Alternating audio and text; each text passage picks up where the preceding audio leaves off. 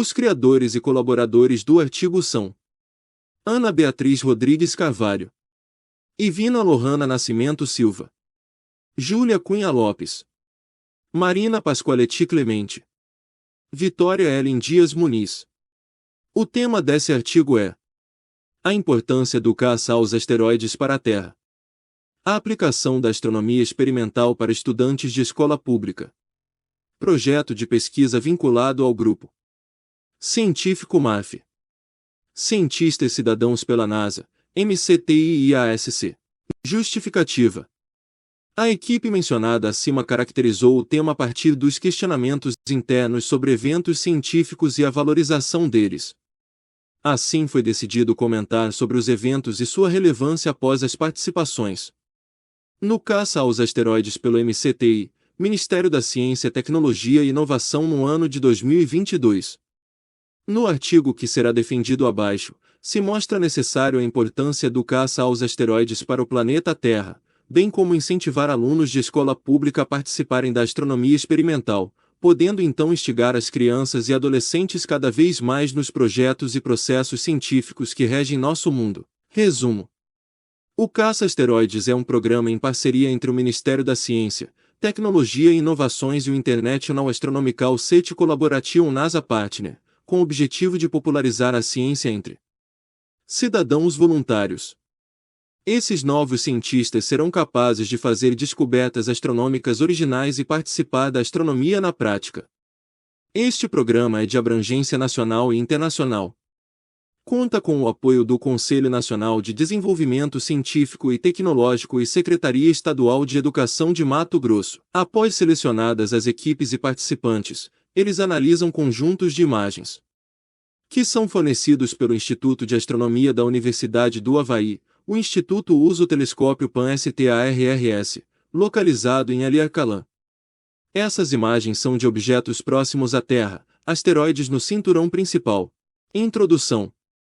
As autoras do artigo científico, Ana Beatriz e Ivina Lohana, fizeram parte de várias detecções originais do caça aos asteroides e por meio das participações em análises de software elas entenderam a importância da astronomia experimental. Sendo assim, elas implementaram a diversidade cultural da astronomia nos seus ambientes frequentados, instigando e incentivando mais pessoas a participarem de projetos como esse, o que é de suma importância especialmente para alunos de escola pública que têm a área de pesquisa e experiência precarizada pelas autoridades escolares responsáveis pelo ensino. Neste artigo será debatido a disfunção da astronomia como ciência no Brasil, bem como a importância do caça aos asteroides como medida de proteção para a segurança do planeta Terra e dos que a habitam. A astronomia traz muitos olhares. As pessoas desde muito antigamente revelou-se uma ciência que desperta curiosidade e fascinação, trazendo entendimento sobre o universo e de estudos direcionados a compreender melhor o porquê de estarmos aqui nesse instante e até onde podemos ir. A área dentro da rede de escolas públicas não é incentivada, muitos alunos não têm nem contato com a astronomia e a escola não busca esses pequenos incentivos para os jovens. No Brasil, entre 2010 e 2019, apenas 103 brasileiros se formaram em astronomia. O que é um número que chega a ser extremamente chocante, pois o Brasil tem 6,5 milhões de universitários. Os números são exorbitantes, o que nos mostra uma defasagem absurda no investimento em ciência em nosso país, demonstrado logo abaixo. Os investimentos brasileiros em ciência e tecnologia são de apenas 0,5% do PIB. Quando pensamos em qualquer ramo científico no Brasil, vemos profissionais totalmente desvalorizados e jovens desinteressados, pois não há investimento educacional nos ramos tecnológicos, científicos e sociais. A importância do caça aos asteroides e criação de grupos independentes de ciências. Ivina Lohana, líder, e Ana Beatriz Rodrigues, vice-líder, juntas, entendendo e decifrando a importância de grupos científicos, criaram e fundaram a equipe MAF, que tem como objetivo engajar a formação e inserção de projetos científicos nacionais e internacionais. Assim, elas reúnem integrantes de todo o Brasil, na qual até o presente momento conta com 8 participantes. As duas são estudantes de escolas públicas e federais, observando e comparando então a ciência prática nesses ambientes. E a partir disso, foi que iniciaram a campanha do caça aos asteroides e começaram a influenciar pessoas, escolas e organizações em pautas científicas e sociais. Relatos pessoais sobre as experiências dos membros da equipe MAF. E o que acham sobre o incentivo das escolas na ciência. Ana Beatriz. Eu sempre fui apaixonada pelo céu e toda a sua profundidade, quando me deparei com a oportunidade de poder caçar asteroides e participar da astronomia na prática, me vi muito realizada. Mas não foi fácil. Estudei a vida inteira em escola pública e infelizmente não fui influenciada nas ciências astronômicas em nenhuma escola que passei. Porém sempre tive muito apoio dos professores, acredito que isso é muito importante para todo aluno. O caça aos asteroides definitivamente mudou minha vida e abriu meus olhos de um modo em que nunca havia experienciado na vida. Júlia Cunha. Meu interesse pela astronomia começou um pouco antes de ingressar no ensino médio, quando no 6 graus ano eu participei da Olimpíada Brasileira de Astronomia e Astronáutica, OBA. Até aquele momento eu não havia tido praticamente nenhum contato com esse universo na ciência. Estudei a minha vida toda em escola pública e na escola onde fiz essa Olimpíada, pouquíssimos alunos se interessaram em fazê-la e então até aquele momento, era a única oportunidade de participar de algo fora da sala de aula que eu tinha presenciado. Era uma escola em que os alunos mal se interessavam nas aulas, para dizer o mínimo, então não havia oportunidades além.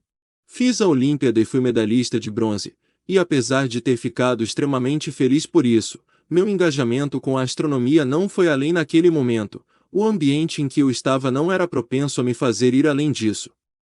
Também, durante meu ensino fundamental, mudei de estado devido a questões familiares, e fui morar em uma cidade muito pequena, e estudei em uma escola, onde o incentivo a projetos científicos ou Olimpíadas era tão ausente quanto na outra escola, porém havia certo incentivo para ingressarmos em um colégio federal ali perto, vinculado a uma universidade, no qual me dediquei para passar no processo seletivo e consegui uma vaga.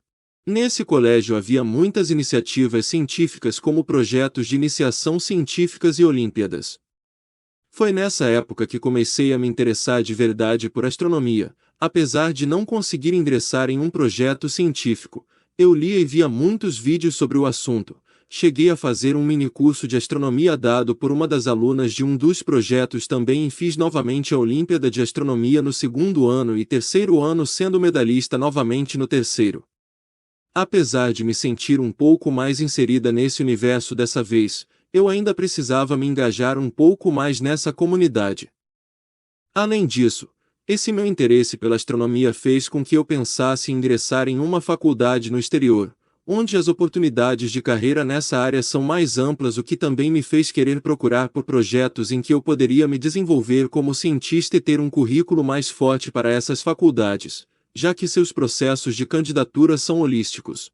Por isso, comecei a pesquisar por oportunidades que me dessem esse tipo de incentivo prático e encontrei o caça-asteroides do MCTI em parceria com a NASA e o IASC e fiquei muito empolgado em começar a fazer parte disso.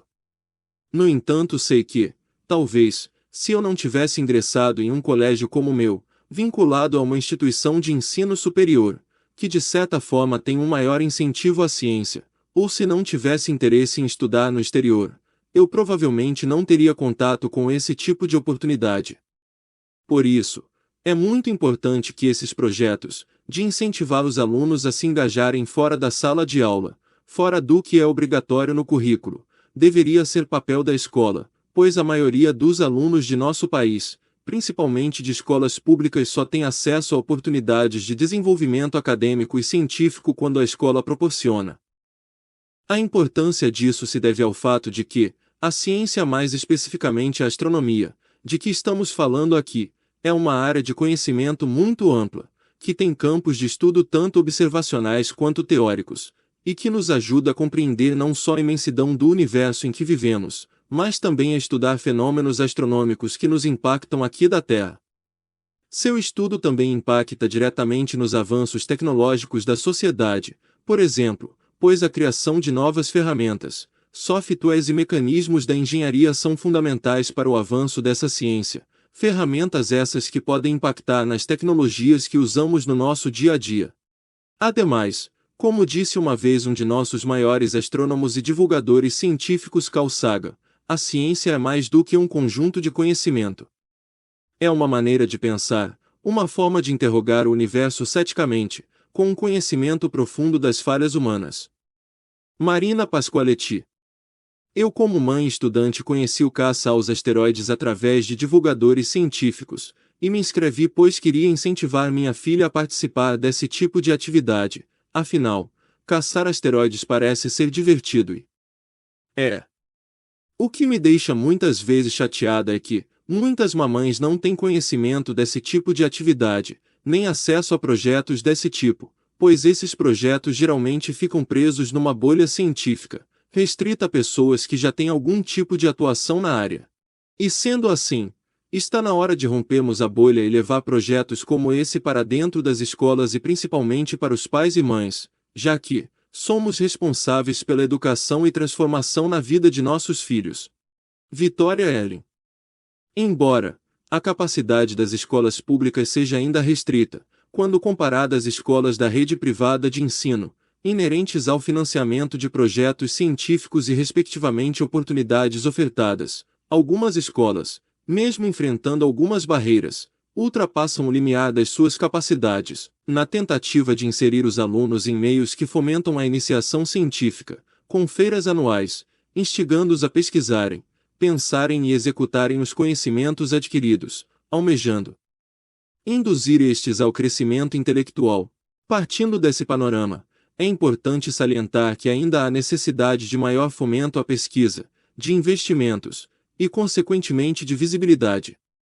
Assim, a campanha Caça aos Asteroides, promovido pelo MCTI, NASA e ASC, oferece oportunidades, mediando a inserção tanto de alunos da rede pública e privada de ensino, como de pesquisadores e amadores no meio científico, proporcionando a aplicação de conhecimentos teóricos práticos, relativos à astronomia previamente adquiridos, bem como a integração, construção e desconstrução com outros saberes disponíveis, a partir da interação com os membros da equipe de caça aos asteroides formada.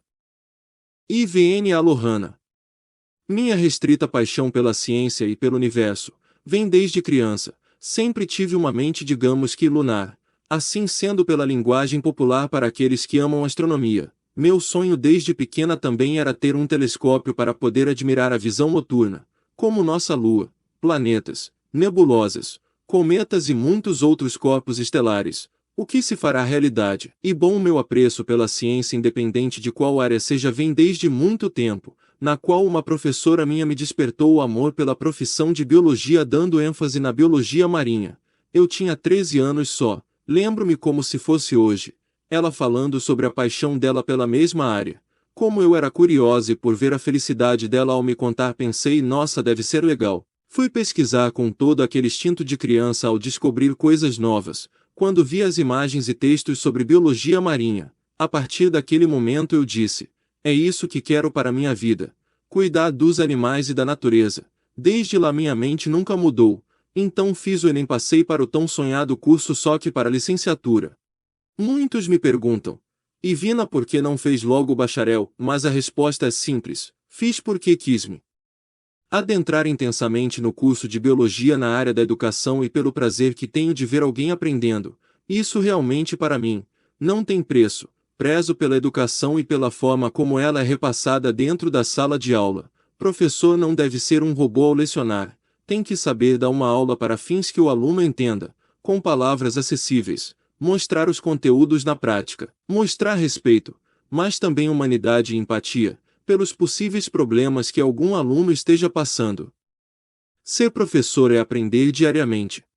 Quando terminar o curso de Ciências Biológicas, irei fazer meu mestrado em Biologia Marinha, a tão amada área, poder ver o mar, estudar as espécies, poder cuidar dos animais existentes em nossos mares. Pretendo me especializar também em astrobiologia, a área que mescla a biologia com a astronomia, campo científico vasto que estuda as origens, evolução inicial, distribuição e futuro da vida no universo.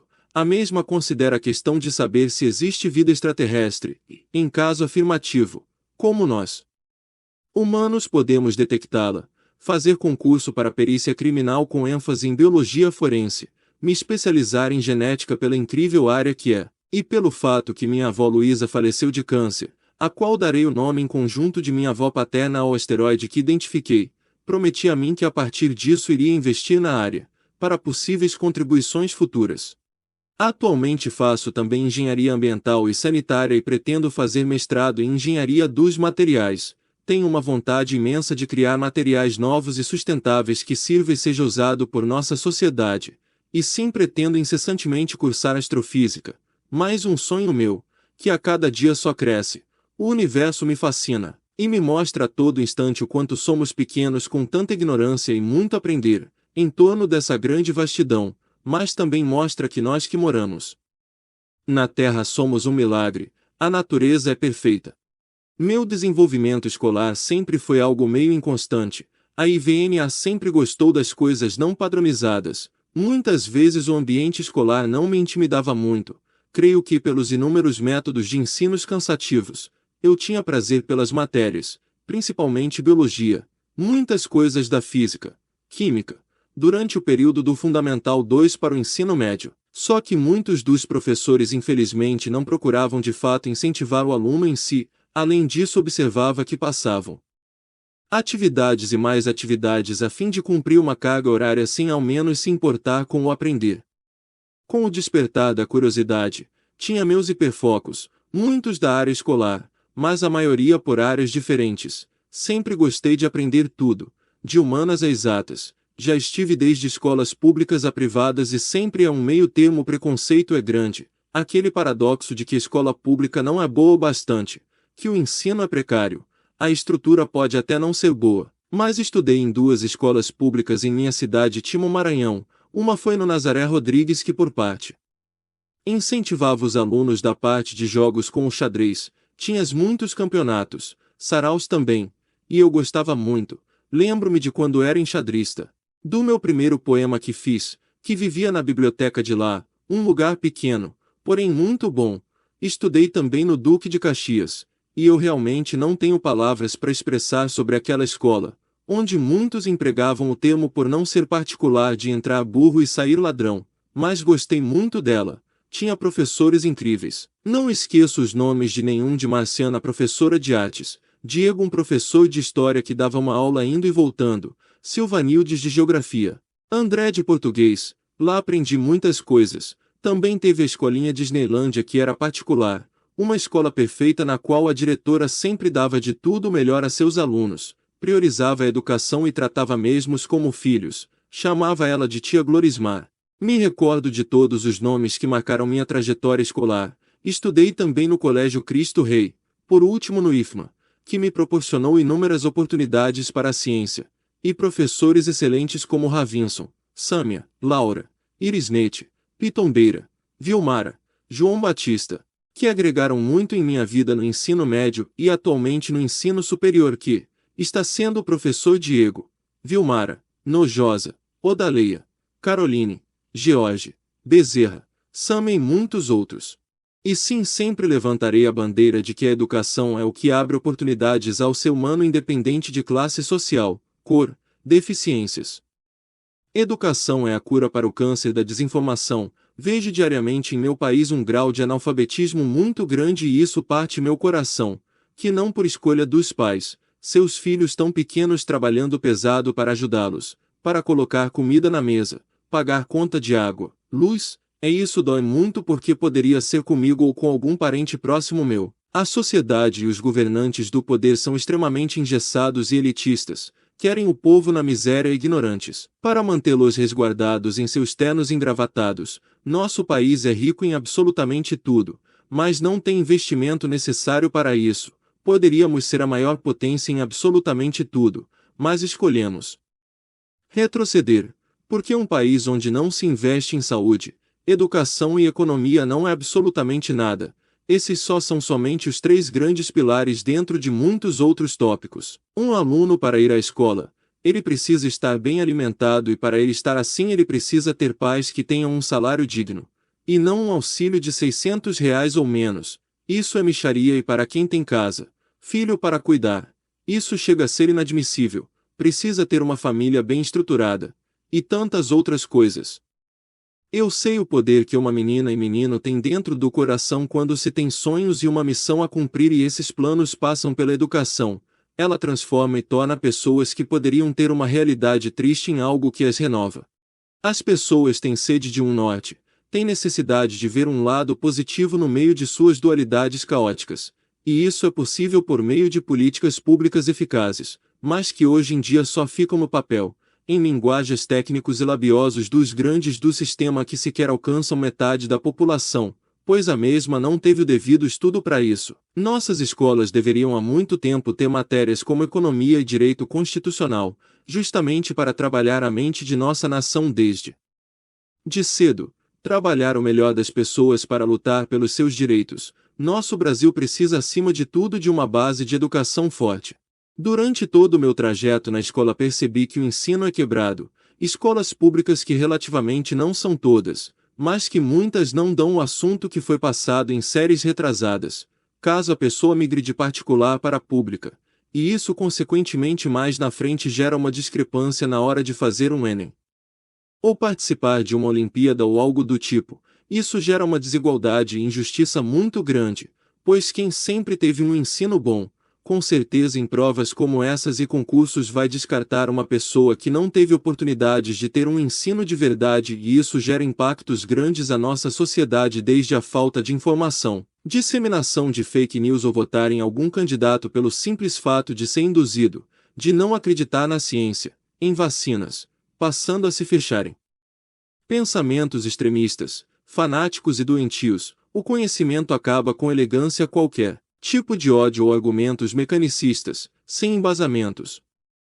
Por motivos como esse, nossa equipe criou esse projeto, com os fins de estimular crianças, adultos e jovens para a ciência, com o intuito de despertar não só o interesse astronômico, mas também pela matemática, física, inserindo os mesmos em Olimpíadas, palestras escolares e campanhas como a da NASA e a SCMCTI, Caça Asteroides, e que tem também uma outra campanha que muitos brasileiros participam, Galaxy Cruise, que é um projeto de astronomia cidadã, ciência cidadã, no qual todo tipo de grupo de pessoas e cientistas se reúnem para explorar galáxias. Esses cidadãos decifram a história delas a partir de pistas capturadas por um instrumento de última geração.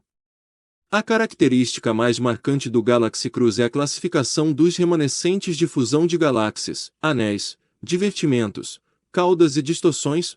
O que são asteroides e qual a diferença entre meteoro, meteorito, meteoroide e cometa? Os asteroides, às vezes chamados de planetas menores, são fragmentos que sobraram da formação inicial do nosso sistema solar há cerca de 4,6 bilhões de anos. A maior parte destes antigos restos espacial pode ser encontrado orbitando o Sol entre Marte e Júpiter dentro do cinturão de asteroides principal. Asteroides variam em tamanho de Vesta, o maior em cerca de 530 km de diâmetro, para corpos de até 1 metro de diâmetro. A massa total de todos os asteroides combinado é menor que a da Lua. A maioria dos asteroides tem formato irregular, embora alguns sejam quase esféricos, e muitas vezes com crateras. À medida que giram em torno do Sol em órbitas elípticas, os asteroides também giram, às vezes de forma bastante irregular, caindo à medida que avançam. Mais de 150 asteroides são conhecidos por terem uma pequena lua companheira, alguns têm 2 luas. Asteroides dispersos e fragmentos de asteroides colidiram na Terra e nos outros planetas no passado, jogando um papel importante na alteração da história geológica dos planetas e na evolução da vida na Terra. Meteoros. Qualquer objeto que, ao entrar na atmosfera da Terra e gerar um rastro luminoso no céu pode ser chamado de meteoro. Popularmente são os conhecidos como estrelas cadentes, e normalmente são incinerados por completo na atmosfera. Inclusive, recentemente descobrimos que um meteoro avistado no céu de Kyoto, no Japão, em 2017, era um fragmento de um asteroide chamado 2003 YT1, que pode ameaçar a Terra no futuro, por sinal. Ainda, chuvas de meteoros acontecem periodicamente no nosso céu, quando rastros de cometas ficam na órbita do Sol e acabam adentrando a nossa atmosfera de tempos em tempos. Um exemplo é a Orionídeas. Surge sempre entre os meses de outubro e novembro, e é composta por fragmentos do cometa Halley. Meteorito. Já quando objetos espaciais entram na atmosfera, o que chamamos de meteoro, mas não se queimam completamente nessa entrada, os fragmentos que acabam caindo na superfície da Terra são chamados de meteoritos. Então, seja isto o que sobrou de um asteroide ou meteoroide, o nome de qualquer rocha proveniente do espaço que se chocou com o nosso planeta e foi encontrada na superfície é meteorito mesmo. Meteoroide. São fragmentos de materiais que vagueiam pelo espaço e que, segundo a International Meteor Organization, Organização Internacional de Meteoros, possuem dimensões significativamente menores que um asteroide. Significativamente maiores que um átomo ou molécula, distinguindo-nos dos asteroides, objetos maiores, ou da poeira interestelar, objetos micrométricos ou menores. Os meteoroides derivam de corpos celestes como cometas e asteroides e podem ter origem em ejeções de cometas que se encontram em aproximação ao Sol, na colisão entre dois asteroides, ou mesmo ser um fragmento de sobra da criação do Sistema Solar. Entre todos os corpos celestes que compõem o Sistema Solar, os meteoroides são, talvez, os mais interessantes sob diversos pontos de vista. No contexto da família do Sol, são os astros que exibem pequenas dimensões. Porém, apresentam-se em número gigantesco. São também os únicos corpos celestes com que o homem pode ter contato direto, sem precisar abandonar a superfície do planeta. Normalmente na linguagem popular, meteoros e meteoritos são utilizados como sinônimos, mas em termos físicos não significam a mesma coisa. Ao entrar em contato com a atmosfera da Terra, um meteoroide passa a chamar-se de meteoro, desde que se desfaça na atmosfera e não chegue a atingir a superfície do planeta. Meteoroides que atingem a superfície da Terra são denominados meteoritos. Cometa. Chamamos de cometas rochas espaciais com órbitas alongadas, que se aproximam e se afastam do Sol de uma maneira mais dramática, por assim dizer. Ainda, eles são compostos por água congelada, amônia e metano, e essa combinação gera o chamado coma, que é uma fina atmosfera, além da cauda produzida quando tais objetos se aproximam do Sol. Essa cauda nada mais é do que o resultado do aquecimento de sua superfície, o que libera substâncias ao espaço no estado gasoso. Há cometas que vêm da nuvem de Oort, nos limites do Sistema Solar, enquanto outros acabam vindo do cinturão de Kuiper, região que abriga uma imensidão de pequenos corpos e até planetas anões, como Plutão. Por que caçar asteroides? Segundo o site oficial da NASA, todos os dias, cerca de 100 toneladas de materiais caem na Terra.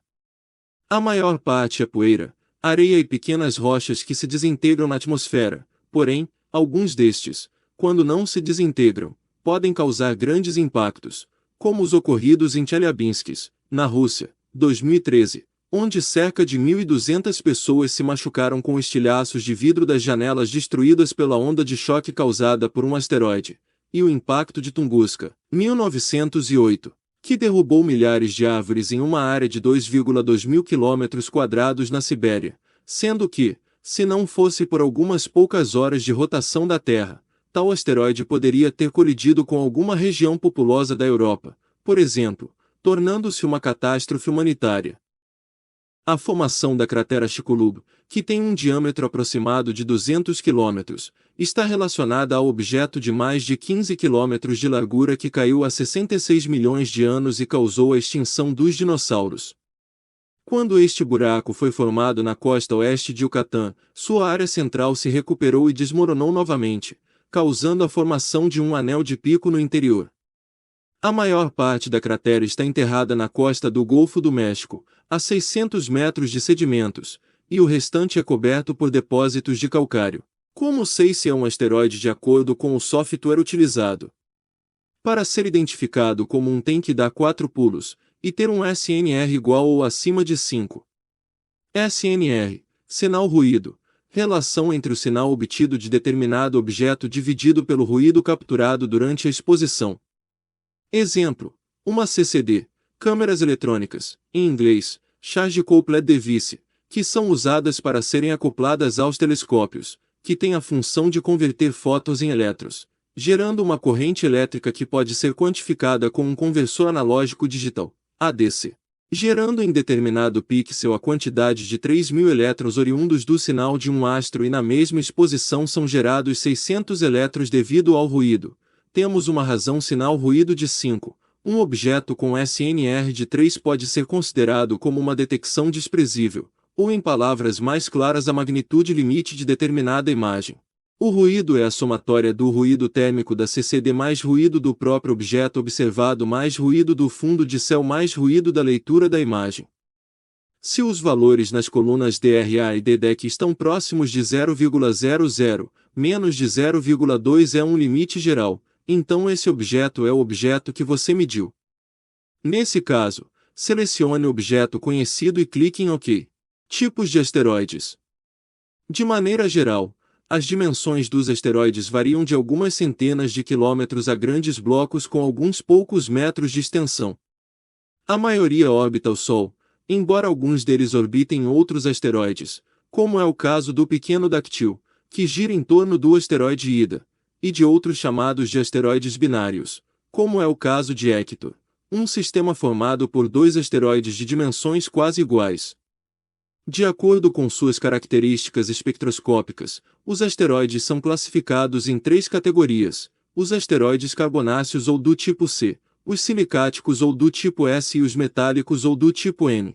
Asteroides do tipo C caracterizam-se pela cor escura e baixa refletividade da luz solar. São os mais comuns, perfazendo cerca de 75% do número de asteroides conhecidos.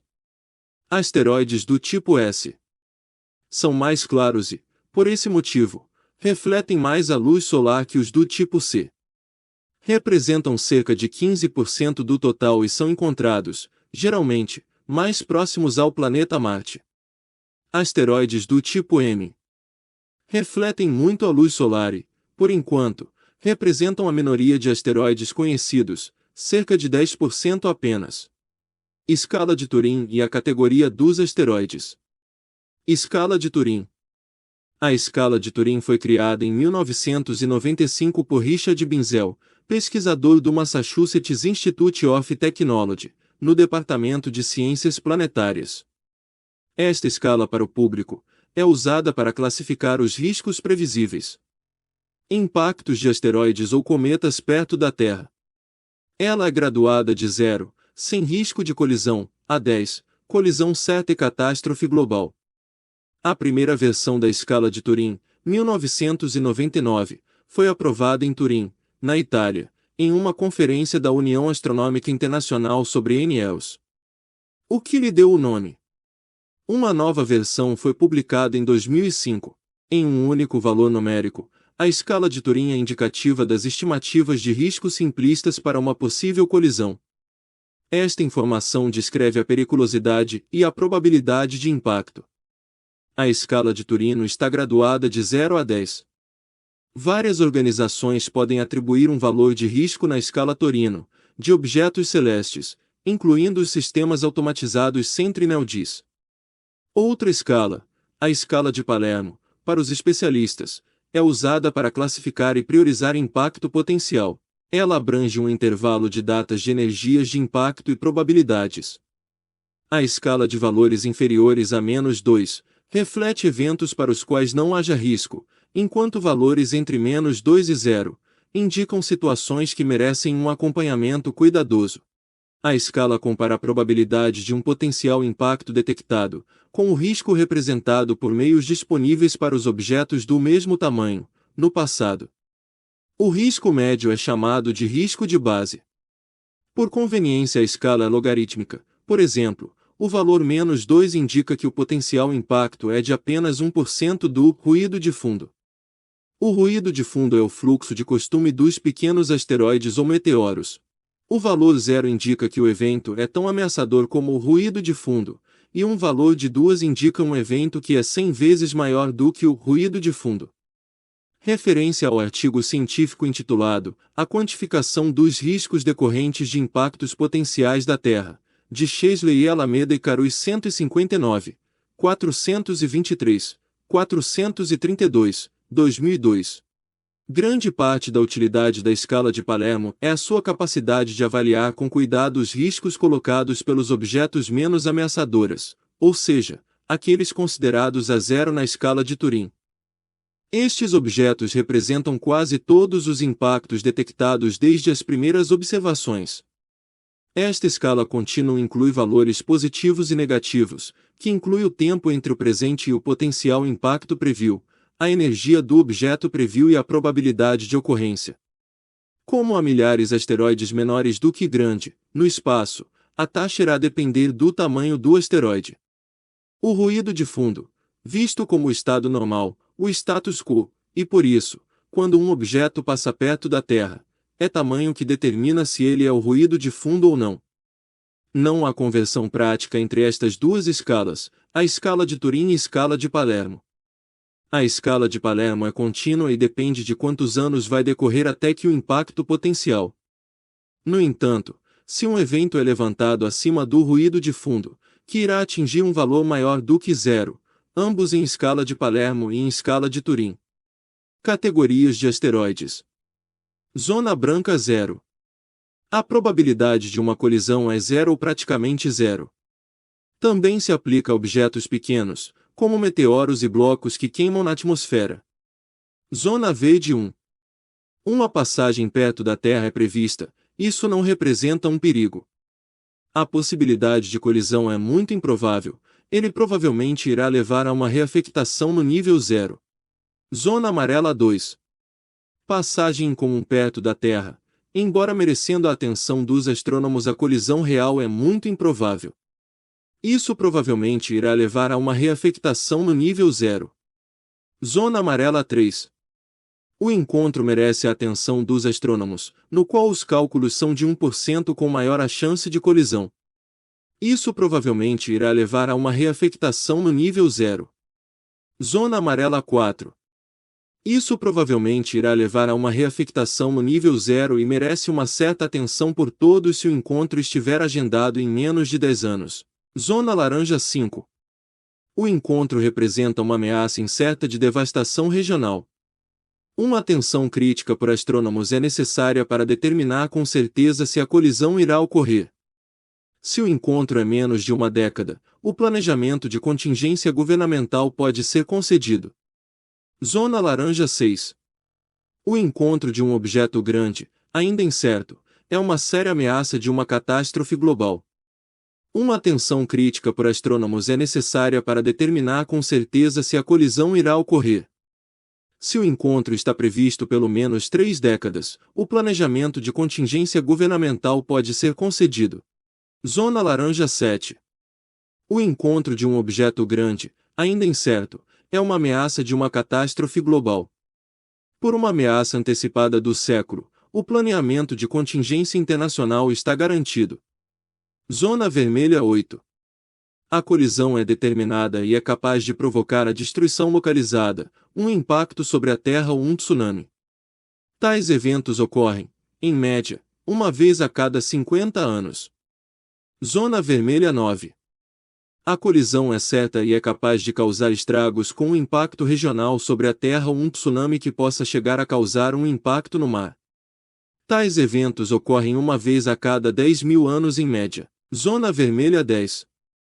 A colisão é certa, é capaz de causar uma catástrofe climática global que pode ameaçar o futuro da civilização, seja qual for o impacto em terra ou mar. Tais eventos ocorrem em média uma vez a cada 100.000 anos. Onde fica concentrado a maioria dos asteroides? Tudo o que hoje forma o sistema solar veio de uma nuvem de poeira. A gravidade fez com que ela se condensasse na forma de um disco há 4,6 bilhões de anos. No meio estava a bola de matéria que viria a se tornar o Sol. Cerca de 98% da massa desse disco era formada por hidrogênio e hélio, os átomos mais leves e comuns do universo. No centro do disco, a matéria ficou tão apertada que os átomos começaram a se fundir. Essa fusão nuclear ligou o Sol, criando uma fonte de energia que empurrou a maior parte dos leves átomos de hidrogênio e hélio para longe. Estes então se aglutinaram para formar Júpiter, Saturno, Urano e Netuno. Como esses elementos eram abundantes, tais planetas ficaram enormes. Boa parte dos átomos pesados, como o ferro e o oxigênio, ficaram perto do Sol, atraídos pela gravidade da estrela. Eles se aglutinaram, formando pedrinhas. A gravidade das pedras maiores atraía as menores. Então as rochas cresceram até virar asteroides. E eles também se juntaram, tornando-se Mercúrio, Vênus, Terra e Marte, os planetas rochosos, menores e mais densos que Júpiter e companhia. Cada uma das faixas do disco que originou o Sistema Solar acabou ocupada por um planeta, menos uma, entre Marte e Júpiter. Ela ficou cheia de asteroides que não puderam se juntar para formar um astro grande. É que eles são puxados tanto pela gravidade descomunal de Júpiter quanto pela do Sol. Em meio a essa disputa de titãs, a gravidade dos asteroides não bastou para uni-los. A maior parte dos asteroides que formam o cinturão é do tamanho de pedregulhos, com poucos metros de diâmetro. Mas alguns são respeitáveis. 16 tem mais de 240 km de diâmetro. O maior é Ceres, com 700 km. Se fosse trazido para a Terra, ele cobriria a distância entre São Paulo e Florianópolis. Conclusão.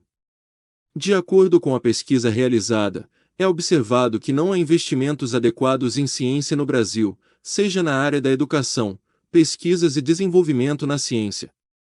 Através de estudos sobre formações acadêmicas na área voltada para a astronomia, vemos que há um grande déficit na formação de novos astrônomos em nosso país, no qual é um número exorbitante em relação a outros países.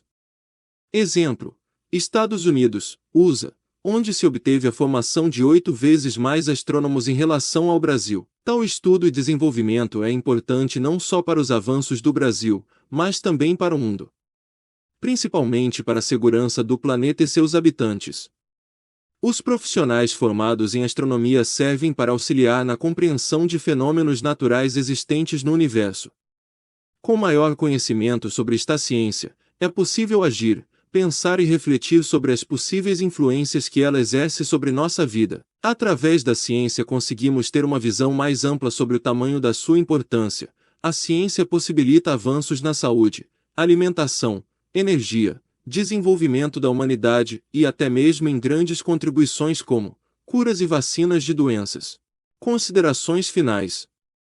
Se você ouviu até aqui, te agradecemos grandemente. A ideia do desenvolvimento desse áudio foi criada com a importância da inclusão social para pessoas com deficiência visual. Esperamos que de alguma forma esse áudio tenha ajudado e incluído vocês no conteúdo do artigo. Um grande abraço da equipe MAF e até breve. Siga a gente nas nossas redes sociais @equipe.maf.